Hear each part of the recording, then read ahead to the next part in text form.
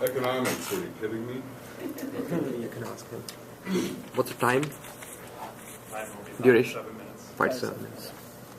His speech is economics. Are you kidding me? Russ Kosch.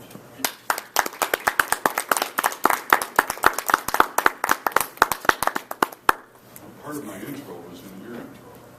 So I don't know if that should be subtracted from my time. It's all right. Always a good idea to bring your own copy. Yeah. When I first started joining Toastmasters, one of our senior members suggested as a topic, why don't you tell people why you got interested in international economics? Well, finally I'm getting around to talking about that. And you told a little bit about the field and why I got interested in it.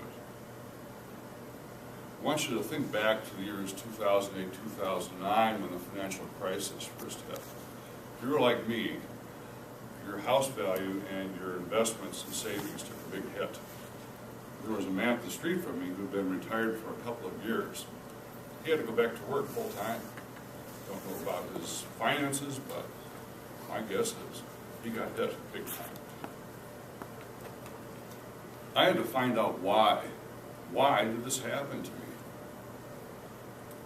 The only way I could figure out was to go to the business section of the library and look up some stuff on economics.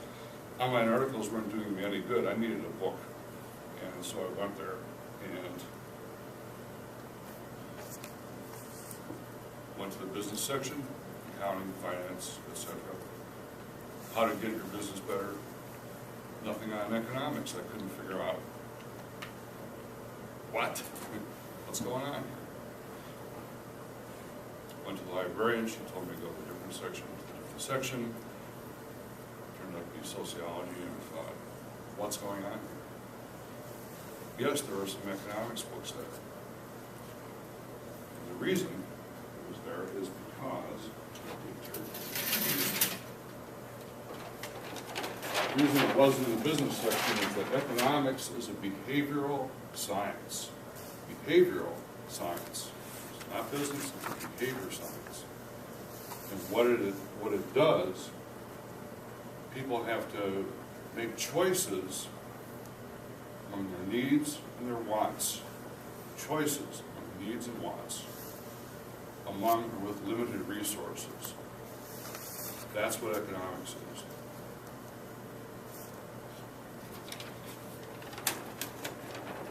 The subject can be broken down usually into two major branches, micro and macroeconomics, and for the purposes of this talk, international economics. Microeconomics, small scale, decisions about yourself, your family, your small businesses. For yourself, should I put my money in a CD?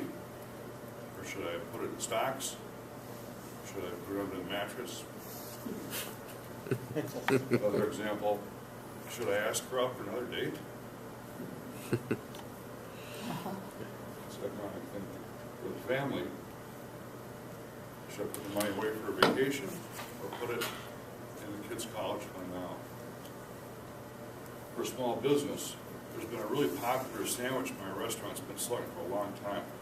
Very popular. Should I increase the price 50 cents so I can make more money? Should you?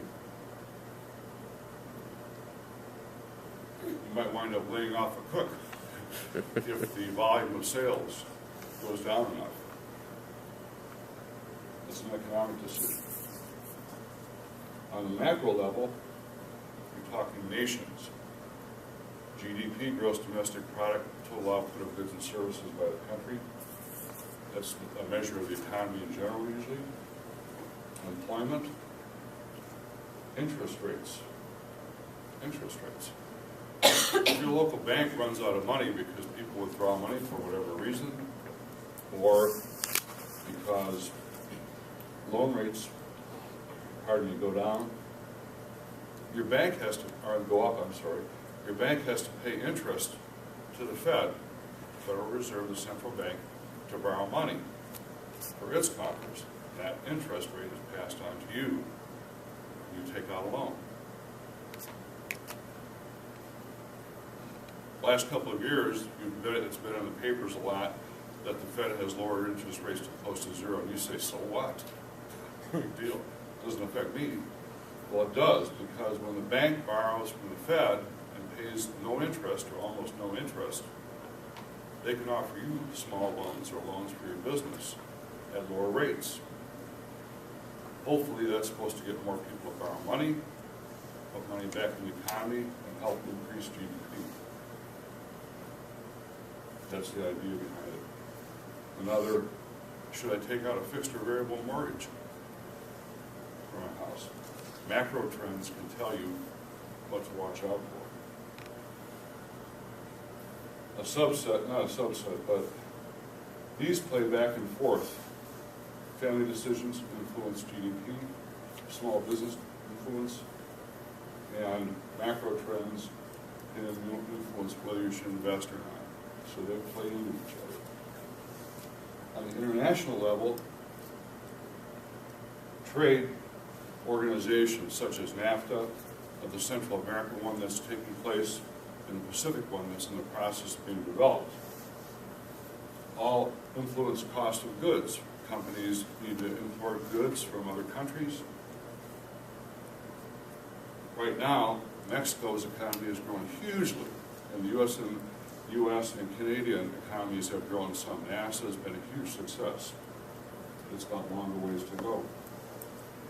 Exchange rates. If you've traveled, you know what happens to exchange rates. They go all over the place and affect the cost of your vacation. Also, parts that are imported by companies that make products you buy, the cost to them goes up or down depending on exchange rates. So in the big picture, all these play together. You can benefit from international economics trends. After getting started in economics because of the financial crisis, this subject really started appealing to me because I found out it's more about behavior. Yes, there's a lot of business in it. Yes, there's a lot of finance in it, but not all of it is. A lot of it is trends in sociology. Trying to figure out why people behave the way they do. Finally, one magazine that I get that I highly recommend is The Economist. It comes out weekly, and you find that most of the articles do not deal with finance or accounting, nothing accounting. A lot of it is trends in what's happening in other countries. How stable is the government in this country or that country? It has comprehensive reports on a region or on worldwide trends. And most of it does not deal with finance or accounting. Most of it deals with stability of governments, what's going on in their economies as far as what they produce, things like that. If you're interested in taking a look, I have a copy of this up here. You can take a look at it afterwards. That's it. Mr. Toastmaster.